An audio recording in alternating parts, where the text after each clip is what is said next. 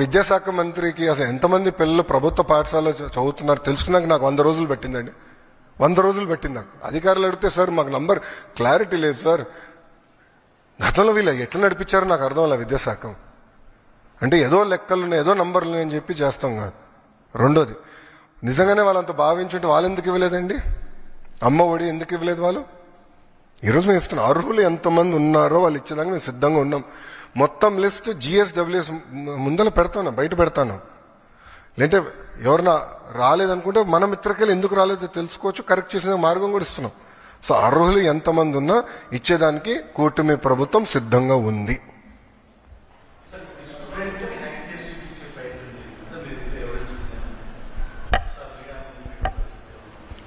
I can give you all the data, నాకు no problem. మొత్తం data నేను మీకు ఇవ్వగలుగుతాను. ఎందుకంటే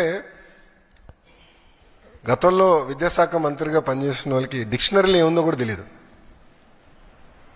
ఎందుకంటే కౌన్సిల్లో ఒక వ్యక్తి లేసి ఒక పదం వాడితే నేను అబ్జెక్ట్ చేశా, తీవ్రంగా అబ్జెక్ట్ చేసి వాళ్ళ డిక్షనరీలో దేవుడు అంటే ఏముంది, కూటమి ప్రభుత్వం డిక్షనరీలో దేవుడు అంటే ఏముందో చదివి చెప్తే గతంలో విద్యాశాఖ మంత్రిగా పనిచేసిన వ్యక్తి కనీసం అది కూడా తెలియదు.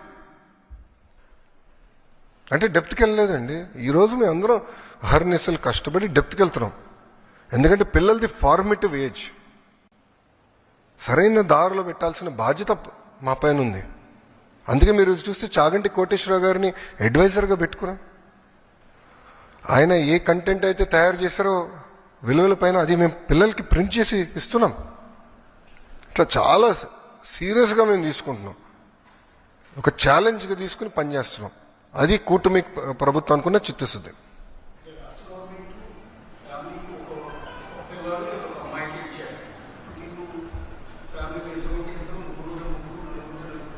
ఐదుగురు ఉంటే 5 ఎస్.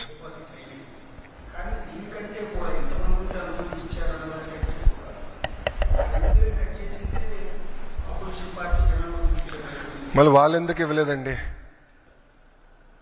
వాళ్ళు ఏదైతే పెట్టారో వాళ్ళు పెట్టిన కండిషన్సే మేము పెట్టాం. మేము కొత్త కండిషన్స్ ఏం తీసుకురాలేదు.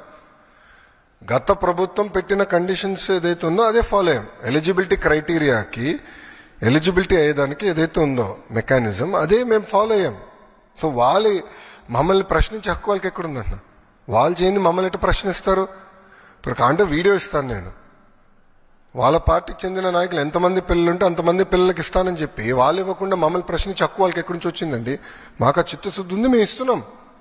2 ఉంటే 26,000 ఇస్తున్నాం, 3 ఉంటే 39,000 ఇస్తున్నాం. అది కూటమి ప్రభుత్వం అనుకున్న చిత్తశుద్ధి.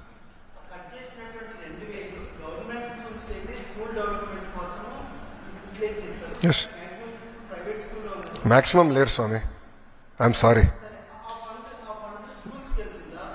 నో, ప్రైవేట్ స్కూల్స్ని అభివృద్ధి చేసాక నేను ఇక్కడ లేను. ప్రభుత్వ పాఠశాలల్ని బలోపేతం చేసాక నేను ఇక్కడ ఉన్నా. ప్రభుత్వ విద్యని బలోపేతం చేసాక నేను ఇక్కడ ఉన్నాను. ఆ డబ్బులు ప్రభుత్వ పాఠశాలలకే ఖర్చు పెడతాము.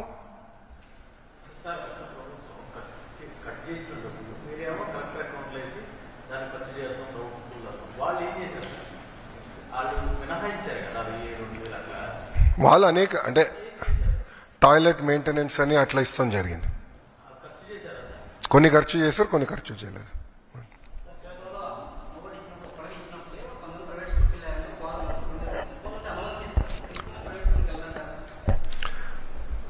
సార్, నేను ఫ్రీ మార్కెట్స్ని బలంగా నమ్మే వ్యక్తిని.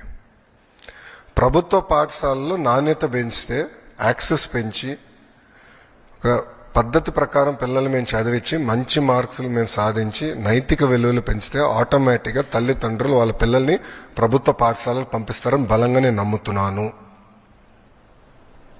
సో మార్కెట్లో నేను కంపీట్ చేస్తా. ఈరోజు నేను ఎన్రోల్మెంట్ పెంచాలంటే నాకు 2 నిమిషాల పని.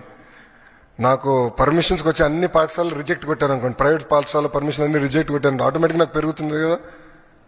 కానీ దొడ్డిదారిని చేసినట్టు అవుతుంది కదండి. మేము క్వాలిటీ పెంచకుండా ప్రైవేట్ పాఠశాలలు నేను పర్మిషన్ ఇవ్వకపోతే నష్టపోయేది ఎవరు? పిల్లలు నష్టపోతారండి.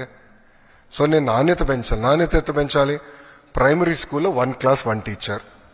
సెకండ్, మెగా డిఎస్సి 16,347 టీచర్ పోస్టులు భర్తీ చేసినానికి ఆల్రెడీ డిఎస్సి మొదలైపోయింది. 24 కేసులు వేశారండి. 24 కేసులు వేశారు డిఎస్సీ ఆపేదానికి. బట్ ముందరికి పక్కడబందిగా నోటిఫికేషన్ ఇచ్చాం కనుక we're able to go head. So teacher recruitment జరుగుతుంది. ప్యారల్గా మీరు చూస్తే కరికులం చాలా ఇంప్రూవ్ చేశాము. ఉపాధ్యాయులకి ఎలాంటి ఇబ్బంది లేకుండా సంస్కరణలు తీసుకొచ్చాం. సో వాళ్ళందరినీ భాగస్వామ్యం చేశాం. ఇంకో పక్కన తల్లిదండ్రుల్ని, విద్యార్థిని, ఉపాధ్యాయుల్ని ఎంగేజ్ చేస్తూ పేరెంట్ టీచర్ మీటింగ్ కూడా పోయిన సంవత్సరం డిసెంబర్లో పెట్టాం. ఈ సంవత్సరం కూడా జూలై 5వ తారీఖు నాడు మెగా పేరెంట్ టీచర్ మీటింగ్ ఉంటుంది రాష్ట్ర వ్యాప్తంగా. అదేవిధంగా డిసెంబర్లో మళ్ళీ ఉంటుంది. సో గౌరవ ముఖ్యమంత్రి గారు, ఉప ముఖ్యమంత్రి గారు కూడా ఈ కార్యక్రమాల్లో పాల్గొంటారు. ఫీల్డ్కి వెళ్తారు, తల్లిదండ్రులతో మాడతారు, ఎంగేజ్ చేస్తాం. సో కమ్యూనిటీని కూడా మేము ఎంగేజ్ చేస్తాం జరుగుతుంది. సో నాణ్యత పెంచాలి, క్వాలిటీ పెంచాలి, లెర్నింగ్ అవుట్కమ్స్ పెంచాలి, రిజల్ట్స్లో పెంచాలి.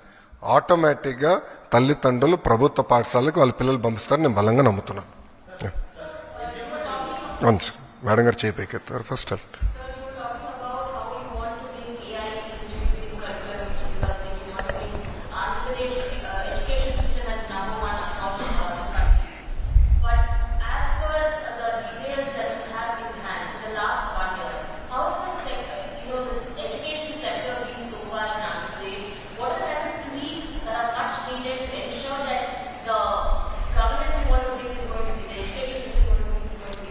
No, see, if you look at it in the last 1 year, we didn't change the fundamental structures because this government came only in the month of June. So by then the academic year started. I didn't want to mess around with the system. I took an objective evaluation on the reforms, and whatever worked, whatever reforms that were taken in the past which are working, we continued.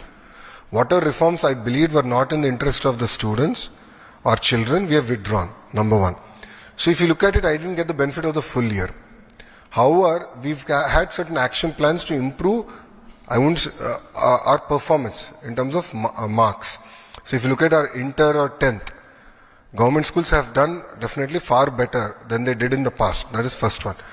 However, in the last 1 year, these structural reforms which we believe are very important to strengthen government schools is what we started. So if you look at our 1 class 1 teacher policy, which I believe is very, very important, strengthening our high schools, recruitment of our teachers, all this work has started. Parallelly, what we have done is we have built an app called LEAP app, Learning Excellence of Andhra Pradesh, where the teacher, the parent, the student will be integrated.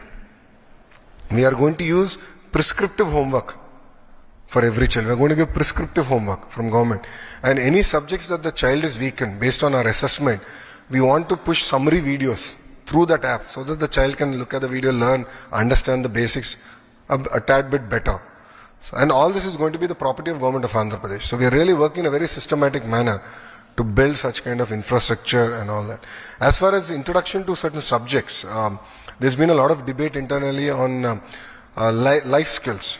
How do you balance a budget? How do you what does it take to do agriculture? What is AI? How do you use AI better?